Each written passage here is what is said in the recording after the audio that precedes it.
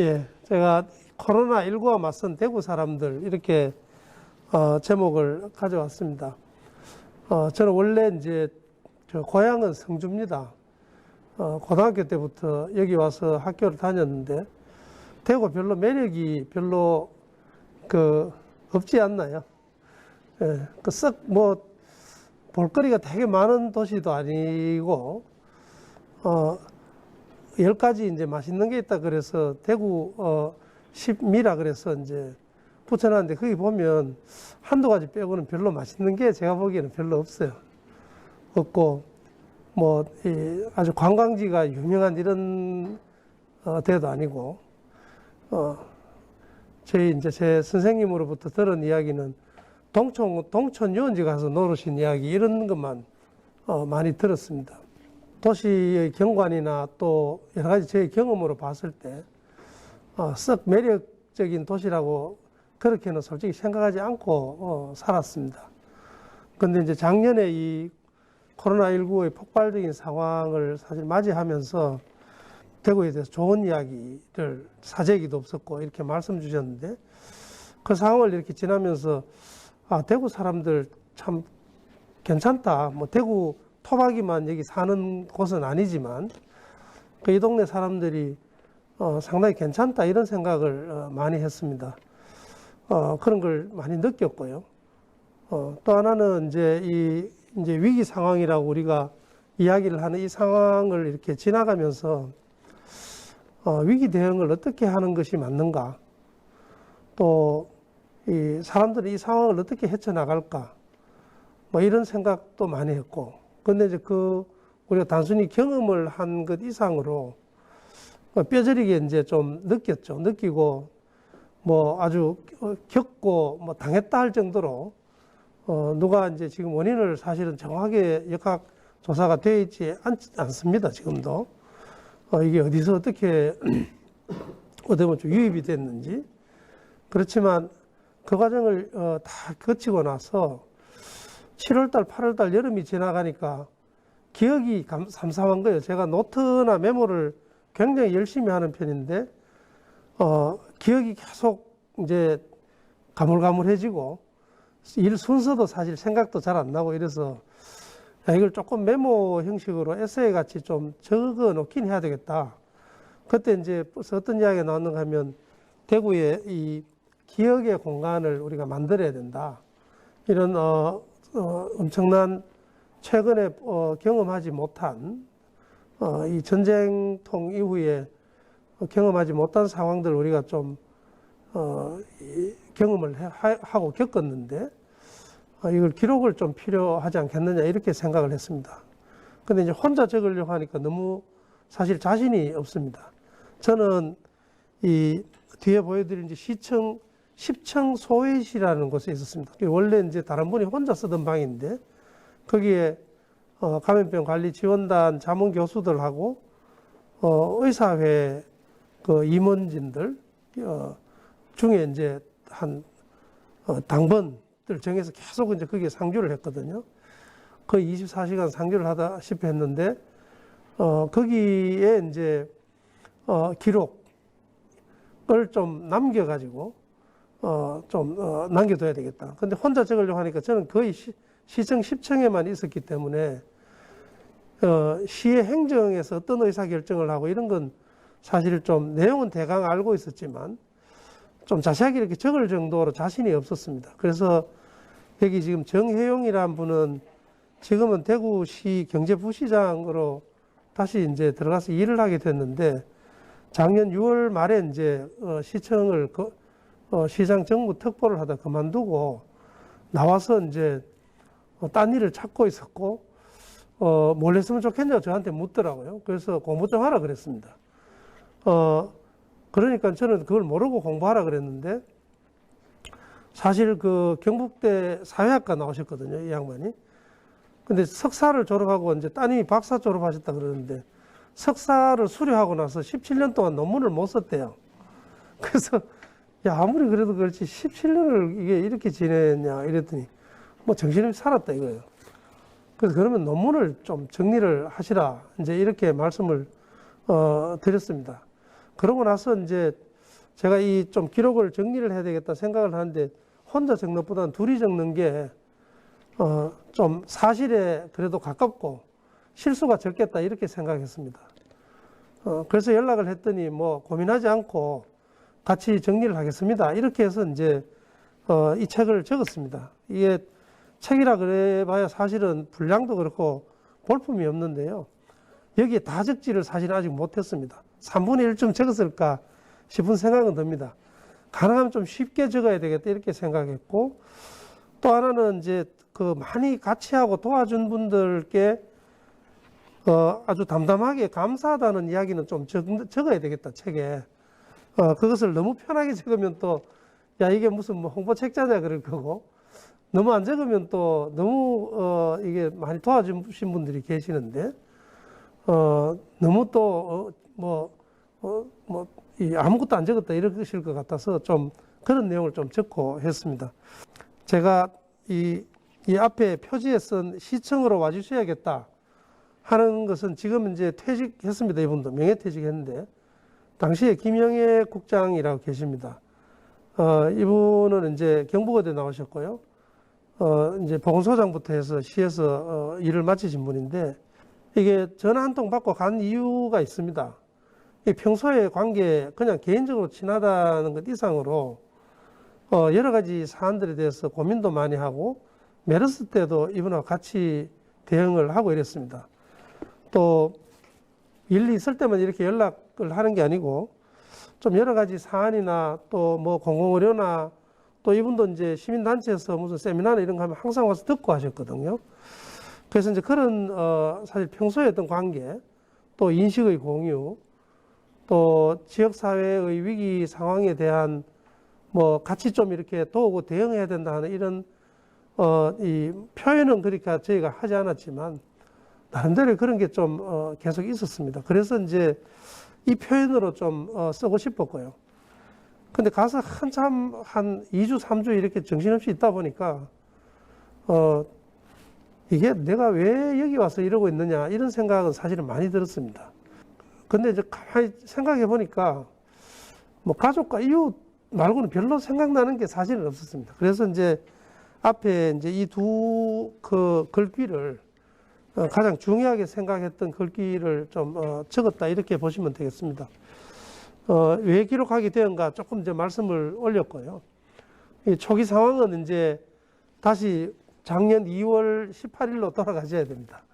이 18일로 돌아가면 이 한 명 발생을 했는데 이분이 첫 환자도 아닐 가능성이 많습니다. 지금 봐서는 이 신천지 교인분들이라는 데가 굉장히 이게 밀집되고 또 반복적으로 이렇게 모이시고 또 이제 우리 같으면 이제 그 워크샵 같은 분임조 토의하듯이 교회에서 이제 그렇게 이게 분임을 해서 막 이런 교리나 뭐 여러 가지 활동들을 또 토의하고 이런 특성을 가지고 있습니다. 뭐 많은 교회나 종교 단체들이 그렇긴 하지만요. 그래서 이제 이 하고 나서 지금 이렇게 막 급격하게 생길 때는 저희가 2월 18일이지만 17일 밤을 넘어가면서 아 이게 확진자가 생겼구나 하는 것은 이미 감으로 알고 있었고, 그래서 18일, 19일, 20일 되면서 야 이게 큰일 났다 이제 생각을 사실 한 겁니다. 그래서 특별 지원 대책을 바로 요청을 해야 된다고 생각을 했고 21일 되면서 야 이게 500병상, 1000병상은 으로는 어림도 없겠다 이렇게 이제 판단을 하기 시작했습니다. 사람들이 딱 이런 상황이 생기면 대구의료원하고 경북대병원 먼저 딱 생각합니다. 근데 경북대병원은 당장 병상을 막 몇백 병상에 내놓을 이 상황이 안 돼요. 뭐 병원이 병상이 천진 것 같지만 환자를 이렇게 빼내는데도 시간이 상당히 걸립니다. 대구의료원도 마찬가지입니다. 중앙정부에서 와서 대구의료원 병상 비워놓고 왜 이렇게 환자를 안 받느냐라고 얼마나 이야기했는지 모릅니다. 그런데 그 때문에 굉장히 많이 싸웠습니다. 대구의료원은 아시다시피 행여병자도 있고요. 그 다음에 호스피스 병동 있죠. 또 아주 장기간 입원해 있는 분들도 많습니다. 그러니까 이 환자들을 이 병동 저 병동으로 막 쓸어 모으듯이 이렇게 환자를 이동시키기가 어렵고요. 다른 병원으로 후송도 극히 어려운 이런 환자들이 너무 많습니다. 그래서 그런 상황 때문에 중앙정부에서는 와서 이게 이제 대구 어려운 병상도 뭐 예를 들면 130병상 남겨놓고 자꾸 중앙에다가 이제 병상을 달라 그런다. 이런 이야기를 대단히 반복해서 했고, 그것에 대해서 뭐 거의 싸우다시피 많이 했죠. 그래서 제가 그때 느낀 것은, 야, 이 중앙정부하고 지방정부가 이런 상황에 대한 뭐 대비는 둘째 치고 상황이 생겼는데 이 대응도 잘 훈련을 안 했구나. 이런 게 굉장히 많이 느꼈습니다. 그래서 이제 이때 상황이라는 거는 지금 수도권 인구 규모가 대구의 한 8배 정도 된다고 생각하면 공식적으로는 741명인가 그렇게 발생한 걸로 되어 있는데 실제로는 900명이 넘었습니다. 하루 확진자가. 그러면 수도권에 지금 한 7, 8천 명 생기는 겁니다. 그래서 그거는 지금도 상상하기가 어렵죠.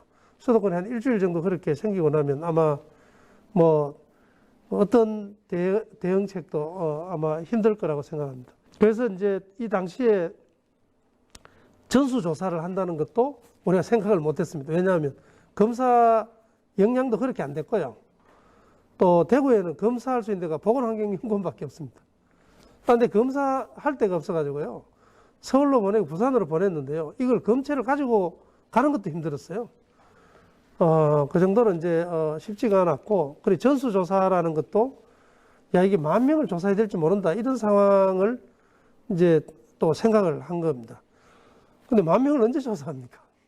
그래서 자료는 없습니다만은 그 책에 이동검진반을 80개를 만들었습니다. 찾아가는 검사죠. 왜 그랬느냐?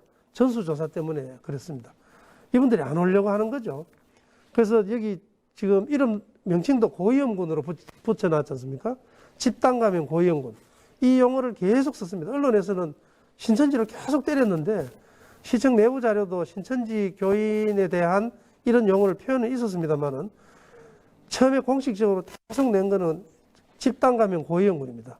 왜냐하면 이게 이제 인권 문제도 있고 낙인 문제도 있기 때문에 처음부터 이 상황을 굉장히 조심을 사실은 하려고 노력을 했고, 이 검사하러 안 오겠다 하는 분들이 되게 많았기 때문에 나 못 간다.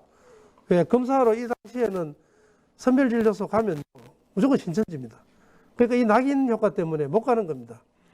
심지어 초기에는 입원했다가 이제 퇴원을 하잖아요. 그럼 가족들이 데리러 와야 되지 않습니까? 가족들이 안 데리러 옵니다. 또 이게 이제 우리가 이런 감염병이나 또 질병에 대한 이 은유입니다. 메타포. 우리가 이 문화적으로 질병을 뭐라고 생각하느냐 하는 겁니다. 옛날에 이제 우리가 결핵이 있는 집안 같으면 혼사도 안 하려고 그랬지 않습니까? 저 집은 폐병이 있는 집안이다 이거예요. 그 폐병이 있으면 집안 식구들이 감염될 가능성이 많기 때문에 뭐 장가를 가거나 시집을 가거나 뭐 제가 표현이 그렇습니다. 결혼을 양쪽 집안에서 안 시키려고 했잖아요. 그게 물론 감염 위험도 있지만 굉장히 그런 상황에 대해서 이제 은유가 사회 문화적으로 은유가 폐병은 혼사도 막는다. 이런 은유가 있었다는 겁니다. 지금도 그런 게 있습니다. 코로나 물론 그랬고요. 메르스 때는 워낙 이제 중증이 심하고 그러니까 더 그런 게 더 강하죠. 그래서 자기 자식이 퇴원하는데도 데리러 안 오고 그냥 혼자 집에 오라는 겁니다. 그 지금은 전혀 상황이 다르죠. 그러니까 우리가 1년 6개월 만에 이런 질병에 대한 이 소위 인식 또 은유, 제가 은유라고 말씀드린 거는 미국의 유명한 그 여성 칼럼니스트인 수잔 손택이라고 있습니다. 이분이 뭐 암을 2번이나 걸렸는데 그 과정에서 의료진들을 만나면서 느낀 것을 아주 상세하게, 칼럼니스트니까. 그래서 은유로서의 질병이라는 책도 썼고, 그 아들이 이제 수잔 손택이 사망하고 나서 어머니의 죽음이라는 책을 또 냈습니다. 그 이제 우리나라 책으로 번역되어 있는 게 많습니다. 거기에 보면 이 질병을 사람들이 어떻게 생각하고 있고 또 의료진과 환자의 관계라는 것이 어떻게 형성되고 이런 것들이 상당히 잘 나와 있습니다. 그래서 어쨌든 이 집단감염 고위험군이라는 용어를 계속 이제 자문위원단에서는 고수를 했습니다. 그 이후에 이제 작년 5월 달 지나면서 이게 코로나19와 인권에 대해서 우리가 다뤄야 된다라고 계속 했는데 대구시에서는 사실은 그 정도의 여력이 사실은 없었습니다. 그래서 나중에 연말에 이제 국제 심포지움 할 때 일부 조금 다루었고요. 뭐 다른데 이제 서울이나 이런 데서 나왔던 자료들을 가지고 공유를 하고 이렇게 했습니다만은 환자 그야말로 이제 폭발적으로 생겼죠. 여기에 지금 파란색 요 바가 자택 대기 환자 수입니다. 그러니까 여기 2,000명이거든요. 2,000명 넘어갔던 때가 이제 이 정도 됩니다. 이게 이 상황에서 이제 사망한 케이스도 있고 이송하고 응급실을 가서 사망한 케이스도 있고 이러면서 사실 굉장히 충격을 받았습니다. 그 충격은 이 병상이 없어서 환자 1급 감염병을 집에 머무르도록 하면서 발생하는 상황들이 있기 때문에 이건 이제 상당히 의료 체계라는 것이 폭발적인 발병임에도 불구하고 이 시스템을 우리가 이 위기 상황을 대응할 수 있는 대응 체계가 지금 제대로 만들어지지 않다 하는 것을 반증하는 거죠. 그런데 이제 뒤에 말씀드리겠지만 새로 신종 감염병이 또 생기면 어느 지역에 생기든 제가 보기에는 이 상황은 똑같이 생깁니다. 그러니까 심하냐 덜하냐의 문제인데 그래서 이제 공공의료기관이 더 생기면 이게 가능할 거냐? 상당 부분 이제 버퍼링이 된다고 생각합니다. 근데 그걸로 다 해결할 수 있느냐? 이게 규모가 클 때는 그걸로 다 해결이 안 되는 거죠. 그 규모가 얼마나 클 건지, 어떤 양상으로 환자의 임상 경과가 진행될 건지, 이걸 거의 모르기 때문에 처음에 발생한 환자들 전부 음압 격리병실에 다 입원시켜야 된다 이렇게 된 거잖아요. 지침이 그렇게 되어 있었습니다. 그러니까 처음에 한 2주 동안은 지침 바꿔달라고 매일 싸웠습니다. 누구하고? 중앙정부하고. 예. 제가 이제 중수본 회의에 2월 27일에 갔는데 속마음은 살려주세요 하고 싶은데 정말 그 소리는 자존심 상해서 못 하겠더라고요. 대신에 이번 주말이 지나면 여기 이제 장관하고 이제 질병관리본부장하고 국실장들이 다 있었으니까 주말이 지나면 여기에 있는 분들이 책임을 지고 싶어도 아무도 책임을 못 지신다. 지금 집에 대기하고 있는 환자가 2,000명을 넘는다. 이게 무슨 말인지 아시겠습니까? 이렇습니다. 그러니까 아무도 답을 안 하는 거예요. 저는 이게 거대한 세월호라고 생각했습니다. 그게 다 느낀 거예요. 그렇게. 그러니까 이제 그러고 나서 그 다음 날부터 이제 사실 그 전부터 이제 생활치료센터를 문을 여는 건 생각을 했지만 이것도 두려워서 아무도 이야기를 못 하는 겁니다. 왜? 1급 감염병 환자를 의료기관에서 치료를 못하고 소위 병의원이 아닌 곳에 환자를 입소시킨다는 것을 자기 입으로 이야기를 아무도 하기 싫은 겁니다. 장관인들 그걸 이야기하고 싶겠습니까? 대구시장이 그 이야기를 하고 싶겠습니까? 이제 서로 미루는 거죠. 이제 그것 때문에 제가 하도 화가 나서 보따리를 싸서 한번 시청을 뛰쳐나온 적이 있습니다. 이게 시청 10층에 있던 그 화이트보드입니다. 질병관리청이나 지금 우리 뭐 마스크 할 때도 정보 시스템을 만들었고요. 또 지금 뭐 QR코드 탁 찍으면 착착 나오지 않습니까? IT 기술이 그렇게 우리가 아마 IT 그 기술을 가장 많이 활용한 국가 중에 하나인 거는 제가 보기에 분명합니다. 그런데 시청하고 보건소에서 그냥 막 바로 쓸 수 있는 정보 시스템이 없습니다. 그 이제 현장 위기 대응 정보 시스템이라고 저는 이제 표현을 그래 했는데 첫날부터 시작해서 이걸 한 50번은 지었을 겁니다. 지어가지고 90일 될 때까지 이걸 이렇게 갔다가 이렇게 갔다가 이렇게 갔다가 이렇게 갔다가 이래가지고 90일 자료를 여기에 적었습니다. 경북의대 김건혁 교수께서 이걸 다 사진 찍어서 놔두고 메모해서 놔뒀다가 갖다 좀 걸어 놓자 그랬습니다.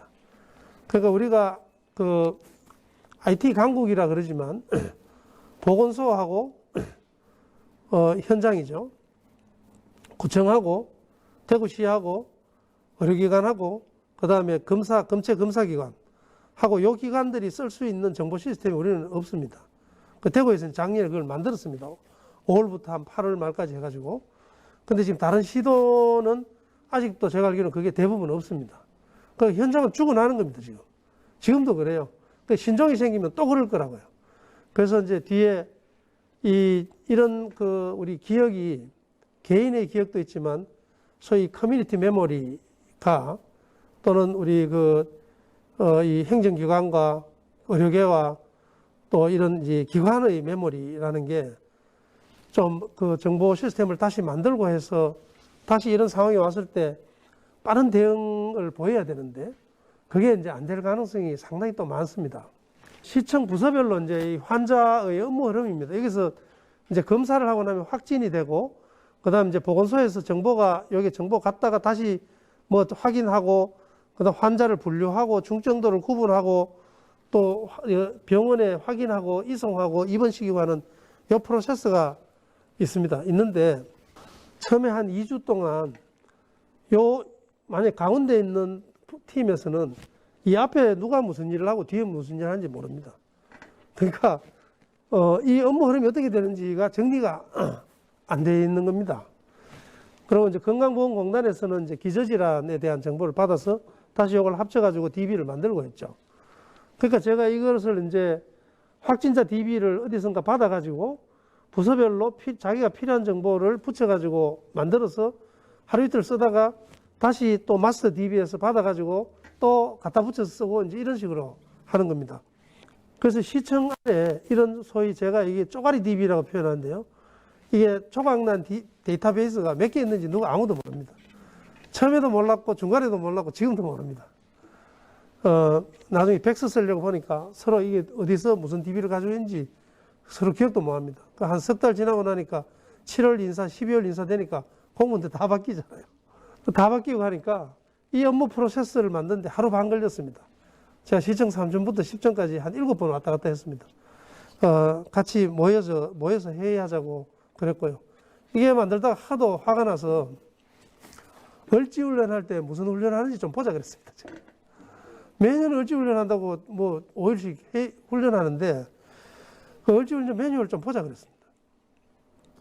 도대체 무슨 훈련을 어떻게 했는지. 그래서 이 상황이 탁 생기면 비상대책위원회 이런 걸 만들어지지만 실제 이 업무의 모든 프로세스에서 담당자들이 이 업무의 소위 워크플로어에 대해서 정확하게 인식을 하고 있어야 되고 또 이와 관련되는 정보 시스템이 딱 자리 잡고 있으면 누가 조회를 하든 상황을 그때그때 알 수가 있고 그것에 따라서 대응성이 굉장히 빨라집니다. 그러니까 의사결정도 빨라지고 조치도 빨라지는데 검사하고 나서 확진 이후에 환자가 입원하기까지 보통 3일에서 4일 걸렸습니다. 그 집에서 기본 3일은 있는 겁니다. 굉장히 빨리 입원한 사람은 하루 반, 늦게 입원한 사람은 일주일 있다가 입원하는 사람도 있었습니다. 그러니까 이거는 이 단순히 이제 행정의 문제다, 뭐 공공과 민간의 문제다 이런 문제보다는 이 총체적인 문제라고 생각을 했습니다.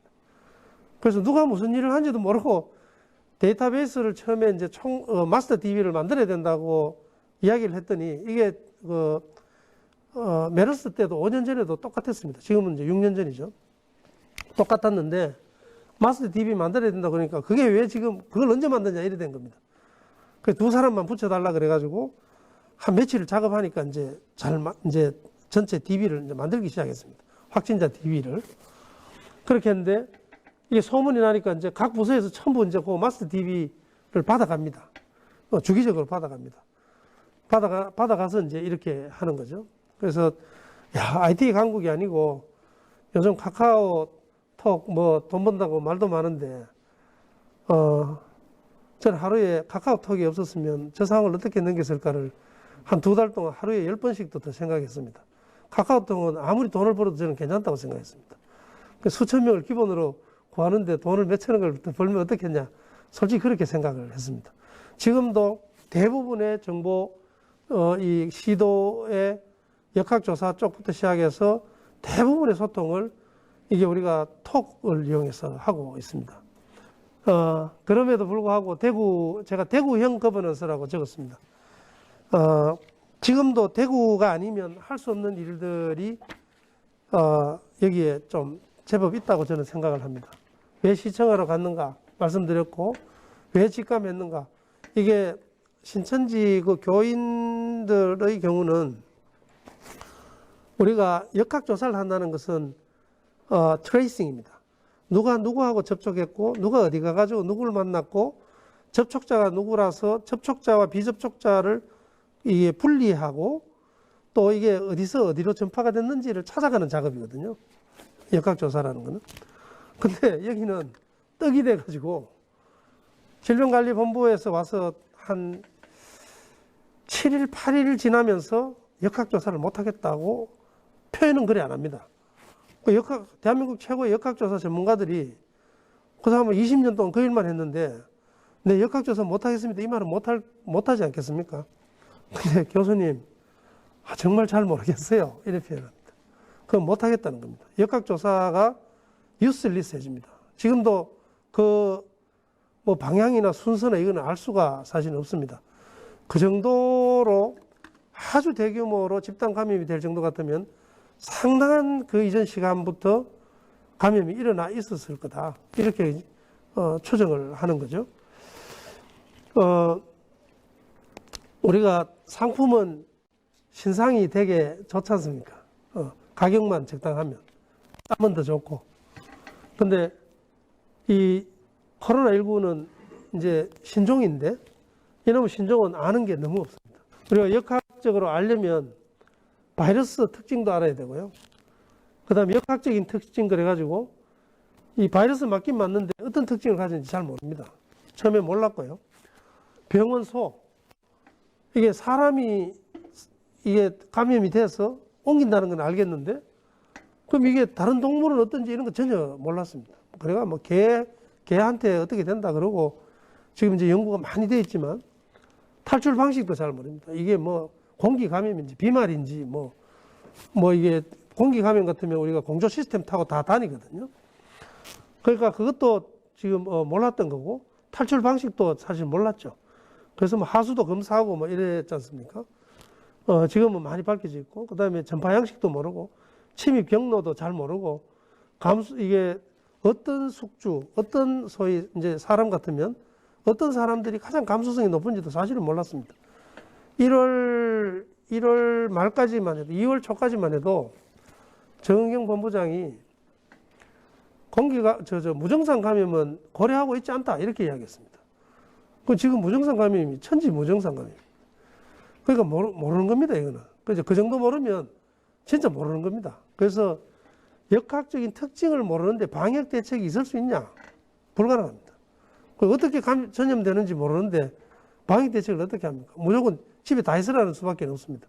그래서 저때 제가 생각한 게, 중국이 어떻게 저렇게 아무리 사회주의 국가지만 저 돈 맛을 본 사람들이 어떻게 저렇게 전부 락다운 시키고, 처음에 병원 그거 막 2,000병상짜리 만든다 그럴 때 젊은아들, 야, 제가 그냥 말씀드리겠습니다. 저 정신 나갔다, 또라이들 말이야. 완전히 또 무슨 짓 한다. 속으로 그렇게 생각 안 했습니까? 한 달 만에 다 허물어진 겁니다. 그래서 이런 역학적인 특징들을, 이게 신종은 다음에 또 와도 또 모르기 때문에 아는 척 하죠. 아는 척하고 자꾸 뜯었는데 하나하나 다 허물어졌습니다. 다 허물어졌고, 이게 이제 아까 대명 6동, 10동, 10동만 이렇게 했는데요. 여기 1동, 10동, 9동, 6동, 이렇죠. 여기에 지금 여기까지가 1km쯤 됩니다. 1km쯤 되는데, 이름하고 주소 이런 걸 우리가 매칭은 못 시키니까 주소만 찍어가지고 그냥 이렇게 본 겁니다. 이거는 이제 감염병 관리 부단장 하시는 공의료 단장 지금 맡고 계시는 김종현 이 단장님께서 이게 도대체 어떻게 되는지 알 수가 없으니까 주소만 가지고 찍어본 겁니다. 그러니까 이렇게 나오더라. 그래서 여기 요 안에 470명이 있습니다. 그러니까 이 정도로 지역에 이제 교회에서 감염이 됐다 하더라도 이제 이런 게 굉장히 좀 충격적인 거죠. 충격적인 거고. 그 다음에 그 한마음 아파트의 경우는 우리가 이제 책에 적어 놨습니다만은 같이 투룸을 쓰는데 접촉하지 않고 방을 따로 쓴 사람은 한 명도 감염이 안 됐습니다. 그래서 접촉이 있었던 사람은 다 감염되고 없었던 사람은 한 사람도 감염이 안 돼서 거기에 제가 46대 0인가 이렇게 적어 놓은 겁니다. 아주 불가사의할 정도로. 그래서 이건 동선만 확실히 구분되면 거의 감염이 안 되는구나. 오리지널은. 그렇게 생각을 했습니다. 그 이후에 참 그 어려운 시간들이 많이 됐죠. 중앙정부와 지방정부가 앞서 말씀드렸듯이 협력 대응을 해본 경험이 별로 없구나. 뭐 정말 뭐 시청 시청에서 하루에 뭐 한 20번씩은 뭐 울고불고 과음 지르고 뭐 이렇게 했던 것 같습니다. 그 다음 지침은, 제일 초기 지침이 1급 감염병에 준해서 된 겁니다. 이게 이제 메르스 그 기준으로 만들어 놓은 겁니다. 그러니까 일단 좀 세게 만들어 놓는 게 좋다고 생각해서 그렇게 만들어 놨던 것 같은데, 이게 시간의 개념이 없습니다. 그 다음 시나리오의 개념이 없습니다. 이럴 땐 이렇게 하고 저럴 땐 저렇게 하고 이런 게 없어서 이걸 하나하나 바꾸지 않고 지방 각 시도에서 조치를 그냥 할 수가 없습니다. 그게 전부 지침 위반이 다 되기 때문에. 그래서 그때 이제 영상회의 같은 거 하면서도 굉장히 많이 뭐 다툼도 있었고요. 서로 동의 못하는 게 많아가지고 현장하고 괴리도 있었고, 이 질병관리본부의 그 역학조사팀이 와 있었음에도 불구하고 굉장히 이제 좀 여러 가지 상황 관리나 또 이런 사실관계가 다르게 좀 인식을 해석하고 이런 것들도 많았습니다. 그다음 이 위기 대응의 뭐 자원의 동원 전략, 절차와 배치 과정이 굉장히 미숙했고요. 공중보건의가 수십 명 왔는데 교육시킬 사람이 아무도 없습니다. 이 사람들은 막 2주씩 있어야 되는 줄 통보를 못 받고 그냥 오락해가지고 당일 왔다가 가는 줄 알고 속옷도 안 가져온 사람도 많았고요. 다시 집에 갔다가 다시 오고 뭐 별일이 다 있었습니다. 그래서 전부 막 투덜투덜 거리고 있는 거 가서 이제 교수들이 가서, 그래도 공보위생들은 학교 마치고 가거나 전문의 마치고 가는 분들이라서 대학교 교수 와서 그래도 인사라도 하고 이렇게 하면 좀 누그러질 것 같아서 제가 내려가서 점심 사주고 이랬습니다. 3T는 작동을 잘했다 하지만 그런 대로 했다고는 생각하고요. 근데 이게 정보 시스템이나 이런 게 너무 구축이 안 돼 있었다. 또 뭐 이런 그거에 이해도 많고, 그래서 대구의 이제 상황에 대해서 몇 가지만 좀 말씀을 드리면, 지침이 없는 자택 대기 환자입니다. 그러니까 자택에 있는데 지침은 어떻게 구성이 되어 있는가 하면 대면 진료를 해야 환자 중증도를 분류할 수 있도록 되어 있습니다. 그러니까 혈압도 재고요, 뭐 호흡수도 재고, 맥박도 재고, 뭐 다 환자도 보고 이래 해야지. 소위 이제 문진, 시진, 촉진을 해야 일단 환자 분류가 됩니다. 근데 자택에서는 그게 불가능하지 않습니까? 그래서 전화 드려가지고 이 집에 있는 환자들을 위해서 정상 모니터링 이 체크리스트를 빨리 좀 하나 만들어 달라. 그럼 우리가 보고 협의해서 정리를 하겠다. 이렇게 해서 이제 그걸 만들었습니다. 처음 만들었었고요. 그 다음 이제 이 대구시 의사회에서 170여 명의 이 의사 선생님들이 전화 모니터링을 했습니다. 환자들은 제가 아주 가까운 가족도 확진이 됐는데요. 서구보건소 근무했기 때문에 이 전화 모니터링을 받고 나서는 굉장히 심리적으로 안정이 됐습니다. 이게 우리가 전화로 이게 의사나 이 경험 있는 의료진하고 한 라인을 가지고 있다는 게 이만큼 중요합니다. 아마 지금 재택 치료하겠다고 그러는데, 제가 할 때 여러 사람이 책임을 져야 될 책임성의 문제가 있긴 하지만, 이 작년에 대구시에서 한 내용이나 자료를 잘 보면 상당히 도움될 거라고 생각합니다. 그래서 데이터베이스를 한번 보십시오. 여기 보시면 의사 모니터링 자료, 여기도 의사 모니터링 자료, 그 다음 건강보험공단에서 받는 기저질환자에 대한 거, 이걸 가지고 점수를 아까 김신호 단장님이 처음 만들어서 우리가 확정한 그걸 가지고 점수를 만들어 가지고 이게 중증도를 다 분류를 합니다. 그러니까 이 사람 빨리 입원시켜야 될지 안 해야 될지 이걸 밤새도록 이제 김종현 부단장하고 이중정 교수가 매일 everyday 이걸 이제 밤새도록 이제 하는 겁니다. 밤이나 새벽까지 와가지고 그렇게 해서 입원 요구도를 이제 평가를 해서 이 사람은 바로 지금 병원으로 보내라든지 이렇게 이제 하는 이런 상황이 벌어졌고요. 병원별 환자 현황도 이렇게 관리를 했습니다. 대구시 의사회 메디시티 대구협의회, 메디시티 대구협의회는 직능단체가 다 들어가 있습니다. 대구시 의사회도 뭐 이래저래 하지만 열심히 했고요.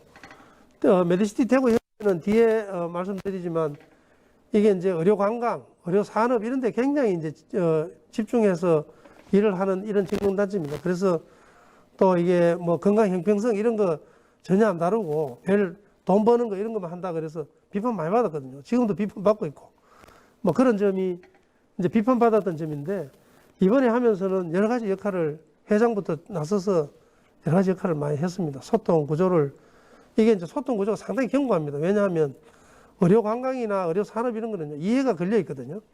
그러니까 소통 구조가 느슨할 수가 없습니다. 굉장히 소통이 빠르고 또 뭐 모입시다 하면 빨리 모이고 이런 게 평소에 의도하지 않게 이제 그렇게 돼 있는 겁니다.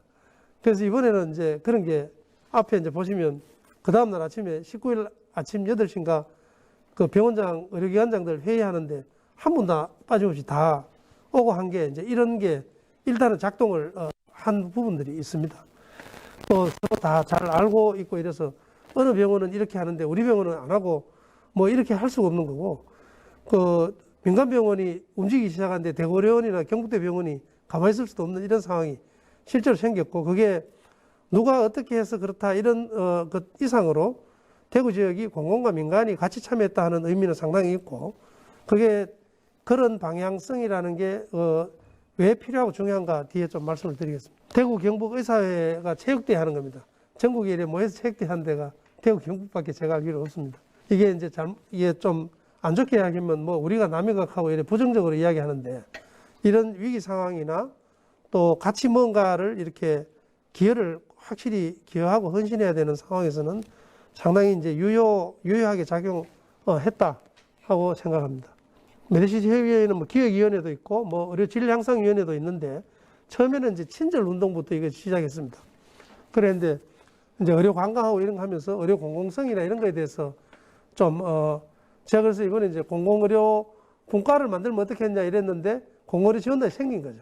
그래서 이름이 또 중복되면 너무 또 이제 뭐 야, 이 일 누가 하냐 또 이럴 것 같아서 그 이제 이 의료 뭐 거버넌스 위원회 뭐 이런 걸 만들어서 좀 더 그런 네트워크를 강화하는 게 어떻게 했냐 이렇게 제안을 했고 그렇게 하자고 위원회에서 통과는 다 됐다 하는데 아직 안 만들고 있더라고요. 그리고 이제 대구 지역에 공공의료 협의체라는 게 있습니다. 요건 뭔가 하면 이제 국공립 병원들이 다 들어가 있고요. 그다음 이제 광역 권역센터가 있습니다. 권역센터. 그러니까 권역센터가 이제 경북대병원에 이제 권역 심내혈관 질환센터가 있고 영남대병원에 권역 호흡기 전문질환센터가 있고 또 대구 가톨릭대병원에 류마티스 관절염 이것도 권역센터들입니다. 그 권역센터들도 있고 또 광역센터도 많습니다. 그냥 보시기에도 되게 많지 않습니까? 이제 이 기관들이 한 4년, 5년 전에부터 모여가지고 우리가 이게 공공의료 소위 이 각자 역할이나 병원이나 권역, 광역의 역할들은 다 다르지만 지역의 소위 공공의료를 위한 홍보, 인력 교육 훈련 이런 걸 좀 같이 좀 하자. 이렇게 해서 1년에 한 2번씩 만나서 계속 이제 논의를 하고 각 센터들이 하는 일들을 이렇게 이런 이제 협의체가 만들어졌거든요. 이제 시에서 이걸 중간에 좀 이게 모더레이터 역할을 좀 했습니다. 했고 해서 뭐 이제 교육 자료도 만들고 홍보도 같이 하고 이런 이 워크숍도 하고 사례 발표, 취약계층 뭐 보건 안전을 위한 사례 발표도 하고 이렇게 해왔습니다. 해왔고 이게 이제 이런 것들도 이번에 이제 제법 눈에 보이지 않지만 많이 작동했다 그런 거고 생활치료센터는 앞서 말씀드렸습니다. 이거 여는데 상당한 좀 진통이 있었고 제가 굉장히 부드럽게 지금 이 에세이는 적어놨습니다만은 뭐 난리도 아니었습니다. 뭐 고함 지르고요. 내가 왜 그 이야기를 하냐. 중앙정부도 대구시에서 생활치료센터라는 걸 열어달라고 요청하면 승인하는 식으로 하겠다. 이런 식으로. 이게 뭐가 그리 중요한지 제가 보기엔 책임의 문제라기보다는 좀 어떻게 들리실지 모르겠지만 예, 그 용기와 이 위기 관리를 국민 건강을 생존을 지키는 위기 관리를 누가 어떻게 해야 되는지를 제가 보기에는 잘 모르는 것 같았습니다. 예, 전쟁 나도 이럴 거거든요. 반전시 상황이라고 생각했습니다. 폭탄만 안 떨어졌지. 그 다음에 이제 감염병 전담병원 책임보직자 회의라는 걸 했습니다.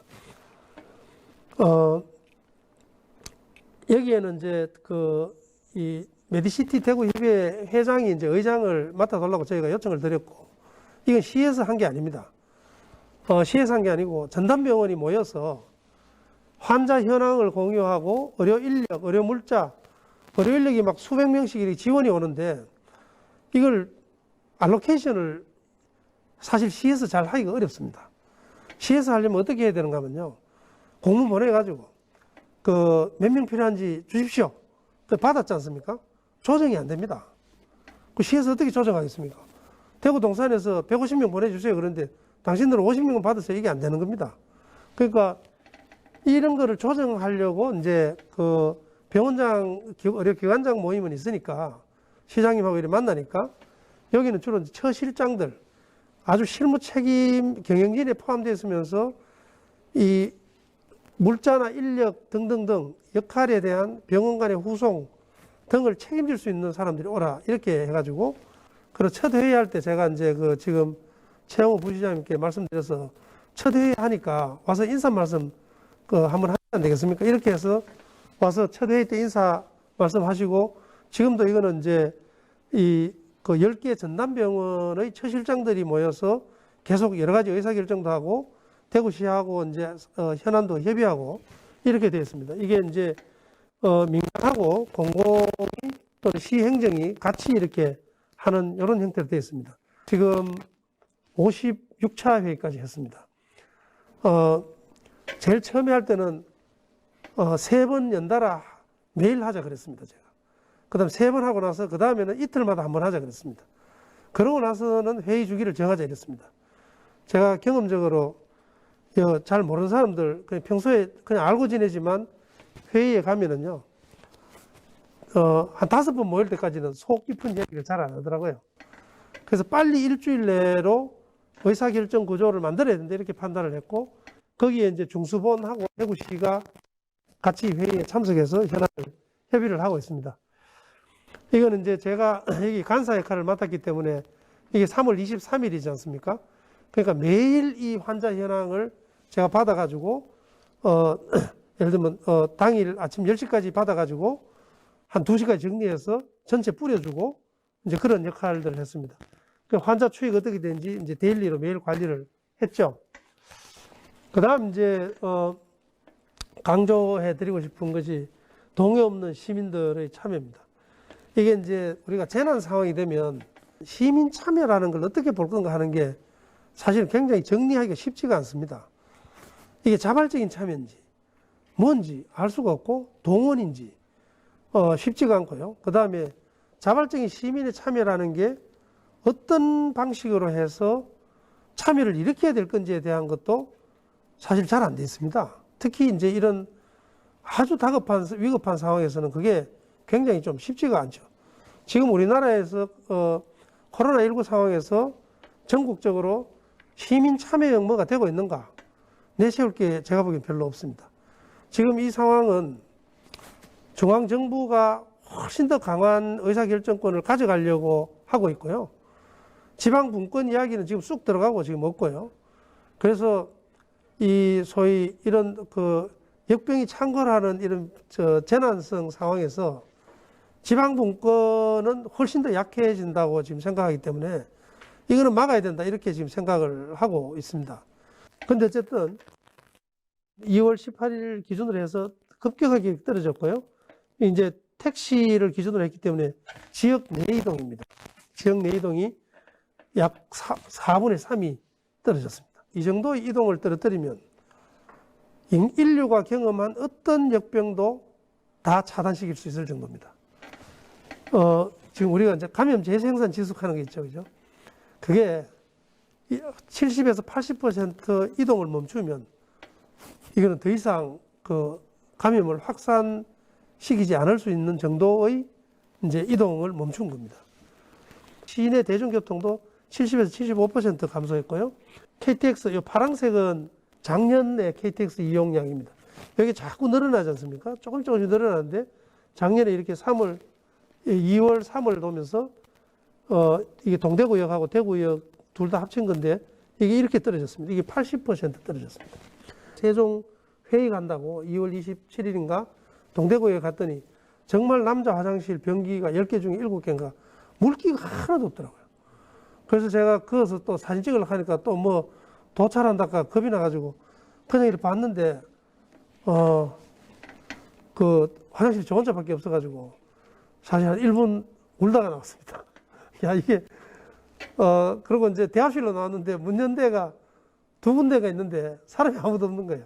그래서, 제가 이제 그 다른 지역에서 오는 분들이 동대구역이 평소에 아는 대구 출신 사람들은 도대체 대구가 어떤 상황인가를 아마 그 장면만 봐도 충분히 이제 느꼈다고 생각합니다. 그래서 굉장히, 한번 왔다 간 분들은, 계속 괜찮으냐, 뭐 상황이 어떠냐, 신문에서 보지만, 방송에서 보지만 계속 걱정이 돼서 여러 안부를 많이 물어왔고, 응원도 해주고 이렇게 했었습니다.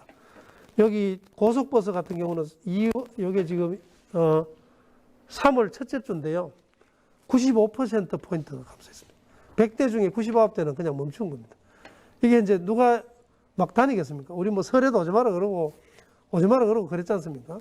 그래서 95%가 멈췄다 하는 겁니다. 그래서 이 상황에서도 마지막에 적어드린 것과 같이 이게 외신 기자가 와보고 이게 정말 소요가 없다는 거예요. 동요 뭐 집에 있으니까 동요가 보이진 않겠지만 사재기도 없고 근데 가보니 물건 다 있고 뭐 마스크 산다고 줄 몇 번 선 적은 있지만 그 이상의 다른 이 막 혼란이 없으니까 야 무슨 이런 동네가 있냐 이렇게 이제 굉장히 놀란 겁니다. 뭐 외신 기자들은 이 나라 저 나라 여러 나라를 다녀보니까 여러 경험들을 하겠지만 자원봉사도 수만 명이 자원봉사를 했고요. 외부에서도 많이 왔지만 우리 대구 시민들 중에 자원봉사를 하신 분들이 너무 많습니다. 많고 그 다음에 이제 범시민대책위원회라는 게 여기 한 200여 명 정도 제가 그냥 잘 모르던 직능단체까지 사실 다 들어와 있습니다. 다 들어와 있고 여기서 투표도 하고 뭐 쓴소리도 하고 이렇게 합니다.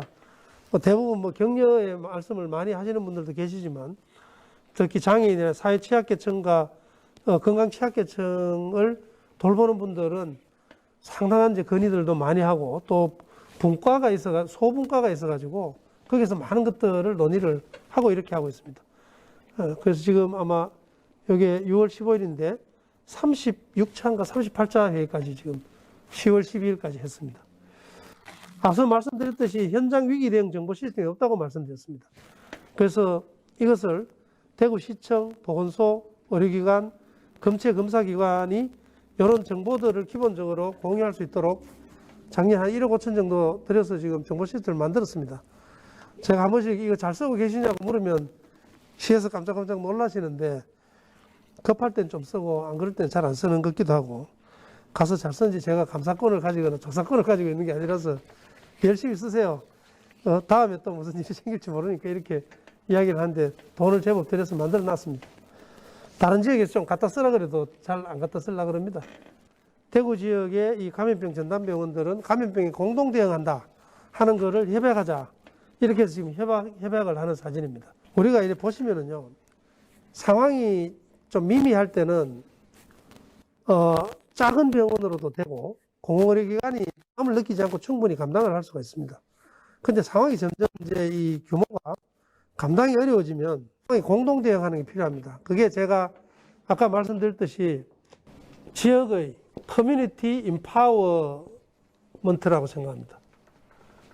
그러니까 이 커뮤니티 임파워먼트를 지금 못 키워놓으면 그래서 여기에 이제 우리가 공공이라 그러잖아요. 공공.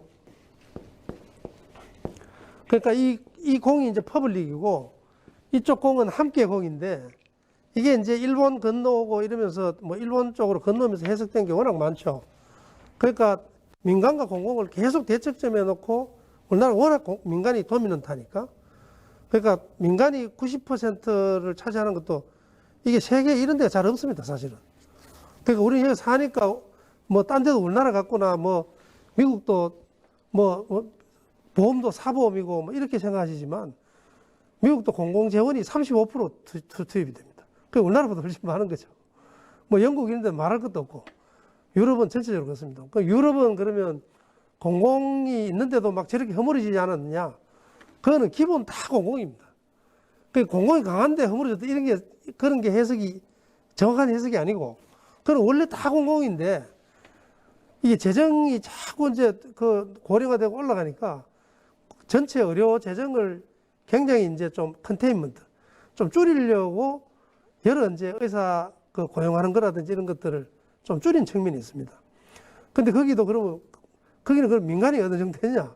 영국은 민간이 10%밖에 안 되는데 그거 놓고 공공이냐 민간이냐 이렇게 갈라치고 말고 할 것도 아닙니다. 그러니까 우리가 뭔가를 비교할 때 그 나라마다 의료를 바라보는 관점 또 그 의료 시스템을 어떤 재원을 가지고 하느냐 또 이 국가의 개입 정도나 책임성 이런 게 역사적으로 다 다릅니다.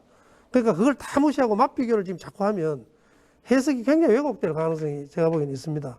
그건 의사의 배치 문제도 그렇고 지금 작년에 의사들 그 파업하고 공공의대 때문에 뭐 시작 촉발된 이런 상황들도 지금 비교를 계속 이렇게 단면적으로 뭐 영국은 어떻고 우리는 어떻고 또 어디는 어떻고 우리는 어떻고 이렇게 자꾸 비교하면 그게 역사적 맥락과 국민적 합의나 이런 게 다 다르게 수십 년을 이렇게 이어왔는데 그걸 지금 와서 딱 그냥 잘라가지고 비교를 하면 해석이 안 됩니다. 그러니까 아마 유럽에 가서 우리나라 같이 이렇게 비교하는 거 보면 그 사람도 웃을 거라고요. 이 커뮤니티 인파워를 키워야 되는 게 지금은 되게 필요한 시점이라고 저는 생각을 합니다. 다만 공공이 너무 약한 부분이 있습니다. 이게 9대1이잖아요.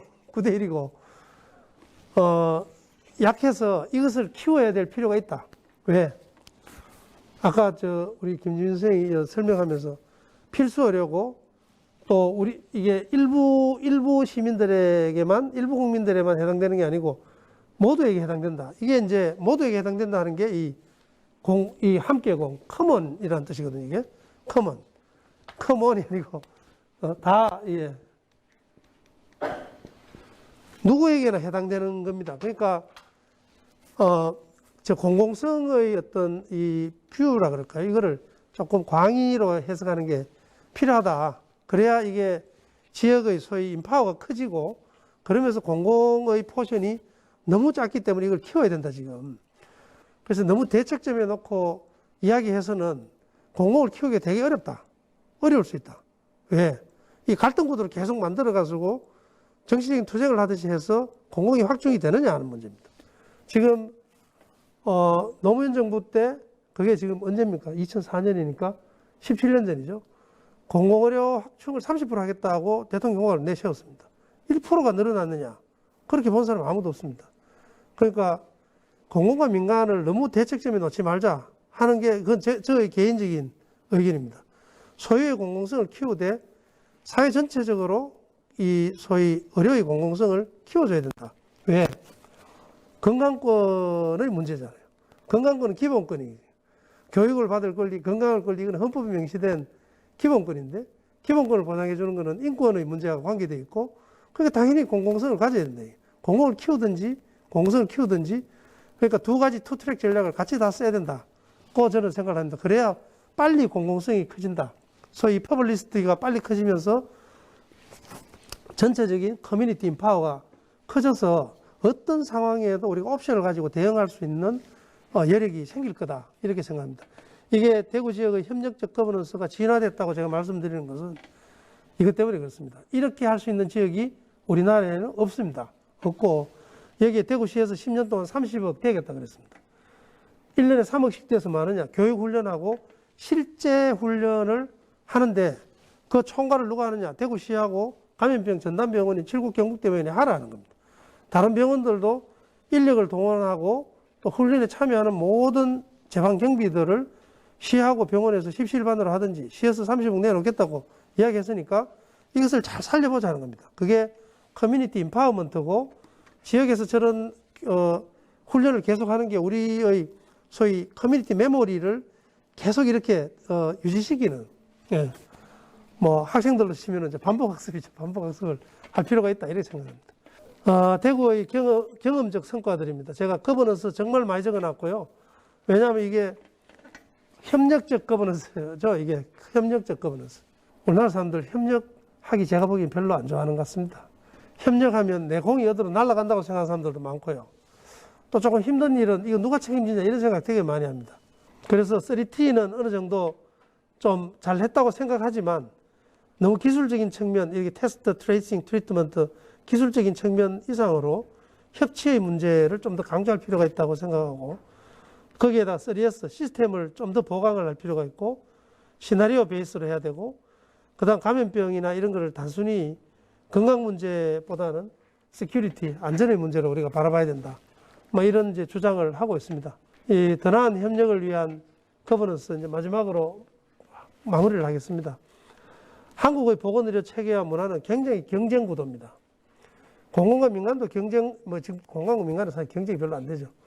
근데 어쨌든 이 병원들이 의료계가 또 의료 산업이라는 것이 대단히 경쟁적인 체제입니다. 제가 그 책에 중간에 적어놨습니다만은 모 병원의 어느 실장님께서 우리 병원은 그 코로나 병상 운영 안 하기로 했습니다. 이 말씀을 하시길래 제가 잘 해보십시오. 그랬습니다. 왜 그랬는가 하면 지금 날짜 제가 그 적혀 있는데 기억이 잘 안 나는데 하루 만에 대구 시내 응급실이 7구 경북대 병원인가 말고 다 문 닫았습니다. 다 감염이 돼가지고. 그러니까 이게 병원이 감염되는 건 시간 문제고 병원 안에 환자가 생기는 것도 시간 문제라고 생각했습니다. 그래서 곧 뚫릴 것이니 병원 잘 지키십시오. 제가 아주 못되게 문자를 보냈습니다. 근데 이제 밤새고 나서 그 다음 아침 8시가 되니까 전화 오셔가지고 그 병상 열기로 했습니다. 이러시다. 그래서 개인적인 감정으로 그런 건 아니기 때문에 지금도 잘 만났는데 이런 경쟁의 상황을 좀 공존의 상황으로 만들 필요가 있다. 그 생각을 합니다. 그래서 경쟁에서 공존으로 가는 게 필요하다. 또 협력적 거버넌스가 반드시 필요하다. 협력이잖아요. 협력자가 4개가 들어갑니다. 아마 이 한자를 만든 옛날부터 협력을 하려면 힘쓰고 또 힘써야 된다는 걸 잘 알고 있었던 것 같습니다. 제가 느끼는 거는 한국의 소위 전문가라는 사람들은 전문적으로 협력이 안 되는 사람들을 이야기합니다. 정말 협력 안 됩니다. 뭘 정보를 좀 달라 그러면 주면요 청기누설 하는 같이 느껴요. 그래서 보건소 오신 분 안 계시죠? 각 기관들도 무슨 정보를 공유를 안 합니다. 왜? 좋은 사례 누가 가져가 가지고 먼저 하고 뒤통수 맞을까 싶어서 그런 생각을 지금도 하고 있습니다. 이게 선진 사회는 저는 아니라고 생각합니다. 그건 신뢰의 문제잖아요. 아주 우리 사회의 기본적인 신뢰의 문제인데 그게 잘 안 됩니다. 잘 안 되고 중앙정부와 지방정부도 계속 떠넘긴다는 것은 뭔가 하면 신뢰 지수가 굉장히 낮다는 거고 또 이 공을 누가 취할 것인가 이 덤태기를 누가 쓸 것인가 매일 그런 생각에 너무 익숙해져 있다 보니까 협력을 하기가 되게 어렵습니다. 협력하려면 서로 힘들잖아요. 힘들고 뭐 우리가 환자 중심 진료 이러지만 환자 중심 진료 하려고 다학제 진료를 하면 의료인들이 한 2.5배에서 3배 정도 힘들다고 합니다. 왜냐하면 환자나 보호자는 가만히 있고 의료진이 왔다 갔다 해야 되잖아요. 그러니까 그 수가 지금은 좀 더 준다 그러지만 그 일을 누가 하려고 그러겠습니까? 이게 뭐 누가 나빠서 그렇고 안 그렇고 그런 문제 아니라고 생각합니다. 이게 여러 가지 시스템이나 작동하는 기준을 그렇게 만들어 놨기 때문에 그렇게 안 하는 겁니다. 예. 그래서 협력적 거버넌스를 이 성공 요소가 2, 4, 6, 8가지인데 제가 뭐와 뭐 이렇게 적어 놓은 거 하니까 10가지가 넘습니다. 병이 나면 이게 드러그 오브 초이스 하는 거 있잖아요. 특효약. 딱 이 약 주면 그냥 싹 낫는 거. 신종플루일 때 타미플루 2알 먹고 나면 증상이 싹 없어지기 시작하는 거. 이게 특효약인데 협력적 거버넌스의 성공 요소가 10가지 된다는 것은 이게 협력적 거버넌스를 하기가 정말 어렵다는 이야기입니다. 특효약이 없다는 이야기입니다. 보시면 목표도 같이 공유해야 되고 커뮤니케이션도 잘해야 되고 신뢰감도 있어야 되고 지역사회 봉사나 사명감도 있어야 되고 상호 존중해야 되고 같이 위험도 인지해야 되고 뭐 할 게 한두 가지가 아닙니다. 책임도 같이 져야 되고 그래서 이건 평소에 하지 않으면 제가 보기엔 불가능합니다. 갑자기 협력적 거버넌스가 생기지는 않는다고 생각합니다. 특히 위기 상황에서는 앞에서 말씀드렸듯이 중앙정부와 지방정부가 굉장히 지금 영상회의나 이런 걸 통해서 협력적으로 하고 있는 것 같아 보이지만 좀 두고 봐야죠, 이제. 그래서 많은 권한과 소위 집행력을 중앙정부가 강력하게 지금 행사하고 있고 여러 가지 모든 지침과 상황 관리를 중앙정부가 하고 있습니다. 그게 굉장히 좋아 보이긴 하지만 앞으로도 대단히 중앙 집권적인 상황이 보건의료 분야를 포함해서 여러 분야에서 그렇게 갈 거다. 그렇게 생각해서 기분이 썩 좋지는 않습니다.